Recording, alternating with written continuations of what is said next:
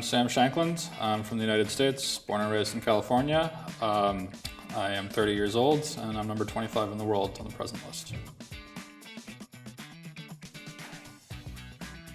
I played my first tournament just before I turned 11, which is very late by today's standards. Most top talents are like, almost grandmasters by that at this point. But yeah, and then I've been playing professionally since I was 17 or 18, so 12, 13 years now.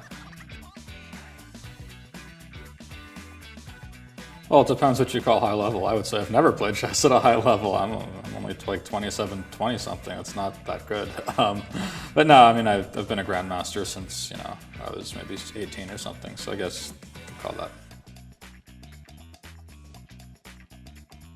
that. We're at sort of the rooftop of a very nice hotel in Prague in the executive suite, and I'm with some Frenchies answering some questions.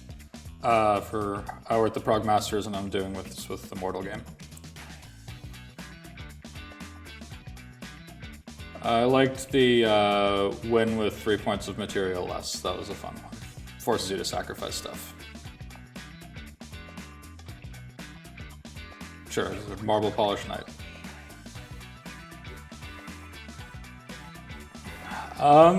Play is sort of a broad word, but I don't normally play if I'm not in tournaments, but I train a lot and I'll play training games, I guess. So it depends, but I guess I'll try to work on chess like 4 hours a day. Well, every generation is always just much better than the previous one. That's the natural progression of any sport. And so this next generation, I have absolutely no doubt, will certainly be much better than we are.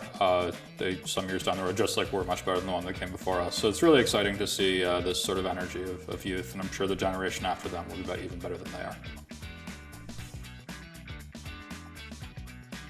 I would name 3.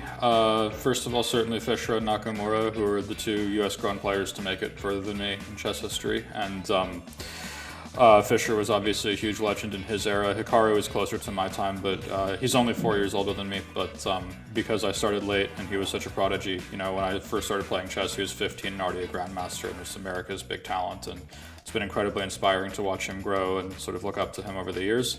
And then finally Kasparov, because he was the world champion when I was growing up, and he played very energetic chess and just dominated the world for so many years and really never let up, even all the way until he retired.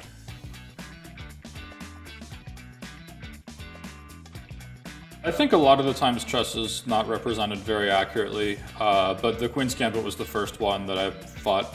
Of course, they took some liberties. It is fiction, and they're allowed to do that, but I was generally very impressed with how they portrayed the chess world. I thought it was much more realistic than anything I'd seen in the past, and I certainly have a great deal of respect for the show and the creators.